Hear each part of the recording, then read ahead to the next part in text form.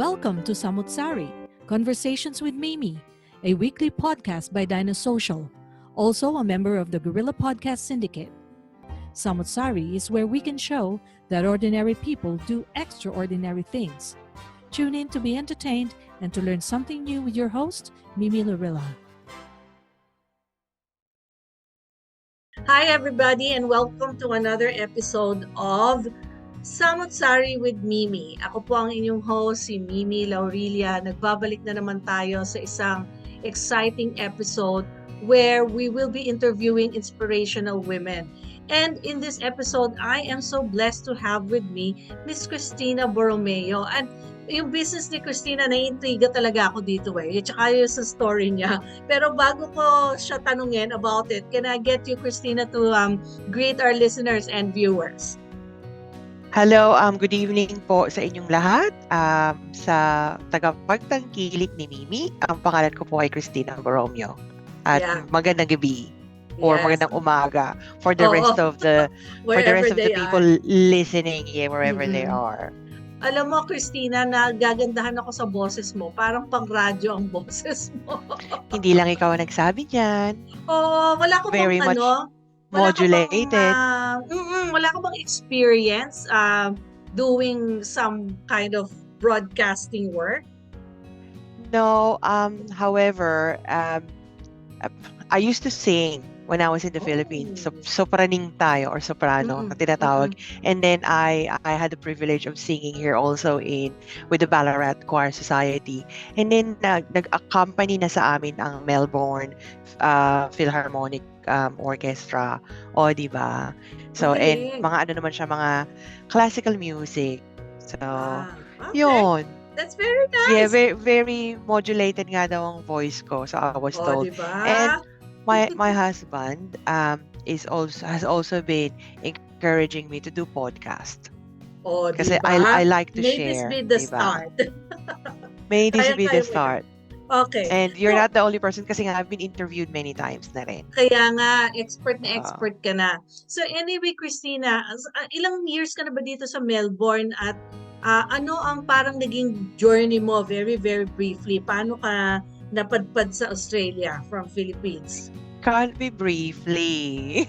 Kasi I have 16 years solid experience in relation to or professional experience in Australia looking after services, community services ranging from aged care, disability support, mental health, ano pa ba, neuro rehab, and etc. So it's been a journey from support worker, personal care, until naging team leader, naging case manager, and then na board kasi yung nakatataas sa akin, mas may alam pa ako, so nag-team lead, and then na board kasi mas gusto ko yung interaction with people, na case manager, and then COVID, bago mag-COVID, na tayo to do, umanga tayo into an operations manager. So, and then COVID hit. Pagdating ng COVID, oh my God, wala nang mag-hire sa akin. So, ginawa ko is, hinire ko na lang yung sarili ko. Diba? So, I innovated myself. But in that 15 years, I did study community services. So, I got my graduate diploma. Overseas ko is psychology as well, which is recognized here as a advanced diploma in psychology or associate psychologist ang ating ang ating ang equivalent ng Australian Australian standard. And then advanced diploma in management as well, community management, graduate diploma in case management and assessment. And slowly but surely I'm a student doing masters in social work. So wow, wala kang tigil but you're like an energizer bunny. I need to be mentally stimulated. And then ngayon I'm an NDIS provider and I'm also a partner with an aged care provider. So we send kapwa Pilipino natin sa mga bahay-bahay ng iba't ibang kapwa Pilipino din o ibang lahi na rin para masuportahan sila sa loob ng bahay nila or even in the community. And then, ang forte ko talaga is, or ang passion ko is to help. So, I'm uh, sa mundo ng NDIS, support coordinator tayo. Sa mundo ng aged care, case manager po tayo. So, Right. So how did you yun. do that transition from psychology background, tapos naging support worker ka dito, tapos tumaas ka, naging case manager, operations manager, and then you made this your own business. How was that transition for you from being the worker to the business owner? Hindi ka ba nahirapan? Meron ka bang Blood and sweat. blood and sweat? Of course, blood and sweat, blood and sweat, and yung integrity, you really have to look after yung the way you conduct yourself. Yes. Umabot yung point na ako na yung tinatap in the shoulder. Just a month ago, an industry colleague, even tapped on my shoulder and asked me to be an operations manager ng isang gagawing mental health, private mental health hospital. Very brand new. Muntik na akong umuo kasi I like the challenge. Siguro yung driving force ko. My passion is really helping. And then, I'm always curious. I'm always thirsty for knowledge. And then, laging everything to me is a challenge. So, being challenged into, from support worker to naging team leader, naging ganito, and etc. I look at from the worm's point of view how everything works. And then, prior to coming here, marketing manager din tayo sa Pilipinas. So, from above, looking down, and from below, looking up. So, I put pieces together, and then, with and a little bit of tender loving care as well, and hope and prayers, we are where we are. So, wow. Yun. Pero yung itong Perseverance, hard NDIS, work. yung pagiging NDIS provider mo, can you explain it a little bit how that works dun sa mga hindi familiar sa sistema ng NDIS? I know a little bit about NDIS, pero your business itself, sino ba ang client mo? Ang client mo ba yung mga nagre-receive ng services? Ang client mo ba ay yung mga nililink mo para makapagtrabaho sa industry? Or ang client mo ba ay yung mga facilities? Medyo parang all-encompassing siya, no? So, bigyan mo lang kami ng a little bit overview. It can be a mixture of those. So, ang core service ko, I don't like the word business. So, you will always hear the word service kasi we're here to provide service, serbisyo sa tao, no? Business kasi parang dollars and cents lang. So, we're here to help and assist. So, it can be a person from a recipient of an NDIS funding. So, ang NDIS funding is for people with disability, and they have to be, 64 years and below, and they have to apply for an NDIS funding. Depende sa goals nila. So, meron ba I need assistance at home? Yung iba naman, I need assistance in getting a job or support habang nagtatrabaho ako so I can keep my job. And others naman, ang goal nila is support to improve my relationship either with family or create a new relationship. I'm looking for a lifelong partner and etc. But I need to build confidence. I need to build capacity. So everything is about building capacity para maging, active sila in the community.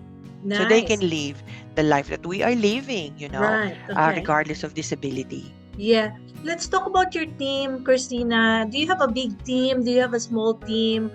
Sino-sino ang mga kasama mo sa service na pinoprovide mo? Okay. So, ang service natin or ang service name natin is ASM Health Services. So, meron tayong 2 support coordinator sa Geelong.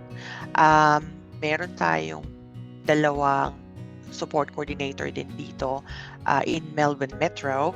Yung isang support coordinator natin, her passion is about children. So she looks after children with autism, with cerebral palsy, and children with intellectual disability. So she loves working with those children. At support coordination ito yung nililink ka namin sa mga services. Yung isa naming support coordinator is like me, ang passion niya is mental health. And ako naman, ang cases ko or I love supporting people with neurological condition. Anything na it involves the brain, the function, and etc. It can be neurological condition, it Mm-mm. can be mental health, or it can be combination of both. Kasi ang disability, comorbid, hindi lang isa, minsan dalawa, and then naaapektuhan. It aggravates one or the other, and etc. Meron din tayong team ng occupational therapist Mm-mm. na and then ang OT, meron din kanya-kanyang specialty. Yung isa natin occupational therapist, he's 25 years na in the business and he's passionate about modifying the home. So if you have wheelchair, you need wheelchair accessible, kailangan mo ng bathroom na accessible for you, ang kotse mo kailangan i-modify, he's there to help and support. Meron din Mm-mm. tayong occupational therapist na mental health, and then sa children, developing routine activities for children, pediatric OT. So meron din tayo occupational therapist Mm-mm. in that manner. And then I'm also teamed up or partner with a very lovely Filipina. She's also a behavior support practitioner na chine-check naman yung or behavior or modify kung kinakailangan i-modify ang behavior. Alam mo naman yung ibang mga bata or even matatanda, if they can't speak, they're always frustrated kasi they cannot communicate their needs and their wants. That's right. So a behavior practitioner will review and really get to know the person and what does the behavior means, and then how does this behavior then translate into like masakit pala ang ulo ko or gutom pala ako or giniginawa ko. And then alam na ng tao nagsusupport sa kanya around him how to support him better. We minimize and decrease the behavior. So Right. yun ang Wow. ating mga How complex could that be, ang team natin. Meron akong na-struck ako sa Very sinabi mo kanina. You said, complex. At meron yeah, okay. So meron ko konti yatang delay, so I'm not sure if you can hear me straight away. Meron ako na-struck sa sinabi mo kanina na you have a passion for service, 'di ba? At saka gusto mo ma-mentally stimulate ka. So, saan nanggagaling yung service-orientedness mo? Meron bang paano nabuo 'yon sa core ethic mo as a person and as a worker and as a professional? So yun is one question. Tapos sinabi mo na I love the mentally. question. Hi? I really love the question because there is a story behind it. Yeah, okay. Yeah, tell me. Yeah. So, yung una, why am I doing this? Why am I passionate about in providing services? My first husband is in a wheelchair and we experienced no services or not adequate services or very poor quality of service. So I understand what it means. And you're wet you're wet or not, you're not able to shower. You rely on someone else para makapag-breakfast ka, makapag-toilet ka, at mainom mo yung gamot mo. So nakita ko yon and I personally experienced that. And when NDIS rolled out in my husband's place, or my first husband's place. He passed away. Hindi na naranasan. But in saying that, naka-receive ako ng magandang service from kami, social workers, yung ibang service provider who are, nakita namin na may mga trabahante na it's from their heart. Nakita ko rin na I'm here for the money, and we decided na let's create our own and let's make a promise na hindi mararanasan nung inaalagaan natin yung naranasan namin dalawa. Kasi, I am an able person, pero yung carer burden stress, and back then, meron kaming newborn baby. So, it was really hard for me to look after both, So, wow. Okay, tapos, yun. On top of that, meron ka ng baby, meron ka ng team na inaalagaan, that is your profession, that is your livelihood, tapos ang dami mo pang pinag-aaralan. Saan nanghuhugot ang strength mo, Christina, to do all of this? I mean, alam mo, seeing people, it is too much. But then seeing people, seeing their life turn around, hindi ko nakita yun sa first husband ko because, of the support. And then sadly, he passed away. But, a person who got out of prison, I was servicing this young gentleman in prison and then came out. And then still, let's just say, plumber na siya ngayon. Mm. And hindi na siya nagda-drugs, and then wala pa ulit siya sa prison in the last 2 years. And I have another story na homeless ngayon meron ng bubong. So seeing these people's lives really turn around and giving them hope, yung may naniniwala sa kanila, maniwala ka rin, yung isa nagtrabaho sa akin, doesn't even know how. Sabi nga niya, I only know how to turn on a laptop. Ngayon, alam ko na what is it for, how to use it, how to send email, and how to communicate with it. That's a lifetime of change for that person as well. And she naging highly, tawag doon, yung marketable in relation to finding a job now. Wow. That's a success story. Yan yung mga It is that kind of propel you further or fuel you to keep doing what you're doing. What do you think is your greatest challenge in this line of work na pinasok mo? Ano ang pinaka nakikita mo na barrier or thing that you need to overcome pa? There will always be a barrier. Tulad nung isa kong client, or participant na tawag sa kanila. It took him 2 years to say, I trust you now, Christina. It took me a while to get there, but I trust you now. You tell me anything, I'll do it. Because every recommendations you've given me, naging ari naman sa buhay niya. His life was better. Nung nagre-recommend tayo. And that's all what we can do. We can only recommend. Yung challenge minsan, yung frustration na parang, I'm happy to take you to point B. Just hold my hand. Yun yung isang challenge. Isang challenge as well is yung system.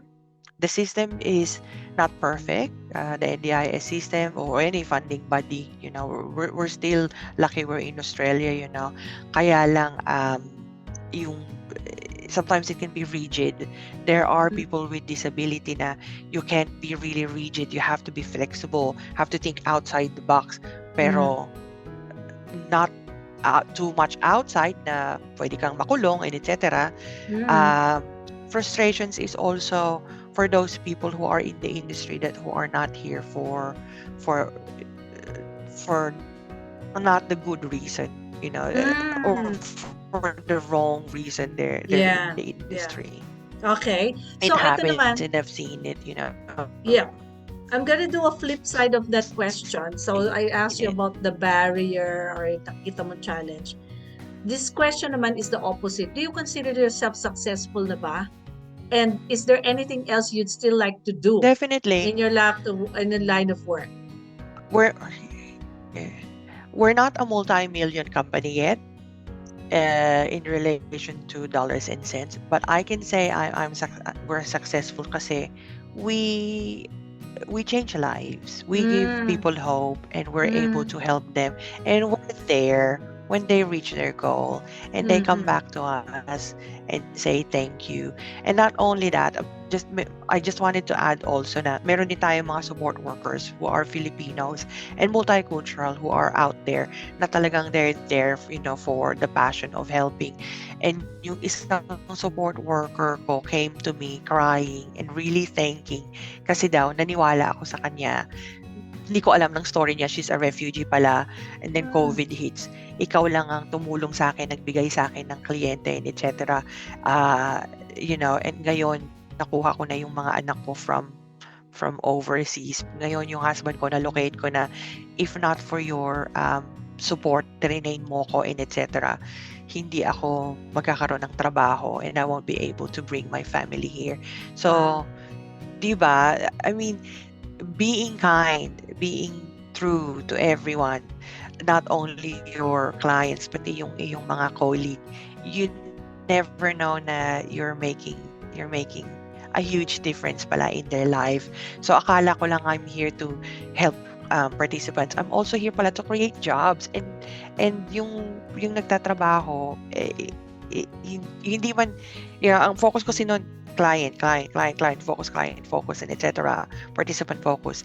And I never thought na by doing this, I'm also creating jobs, and by Yeah. creating jobs, Yeah. people are happy. Yeah.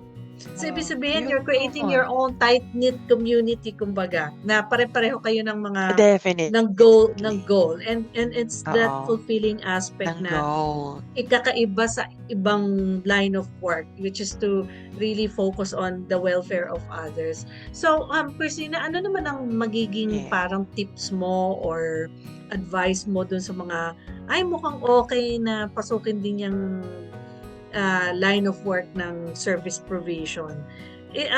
Would you recommend that other people do it the way you did it?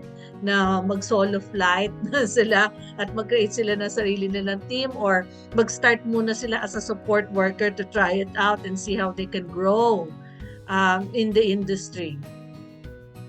Yeah. I cannot speak, as in how they should do it, because every person's journey will be different.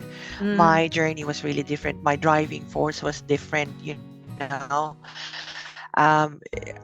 really know what is a disability, really know what is aged care about, really know what mental health is about, and really know what is the funding bodies out there. Ano yung limits ng funding, and then wag doon mag-focus, kasi ako, I was also able to draw money from other funding streams, para lang makapag-provide ng support sa isang participant.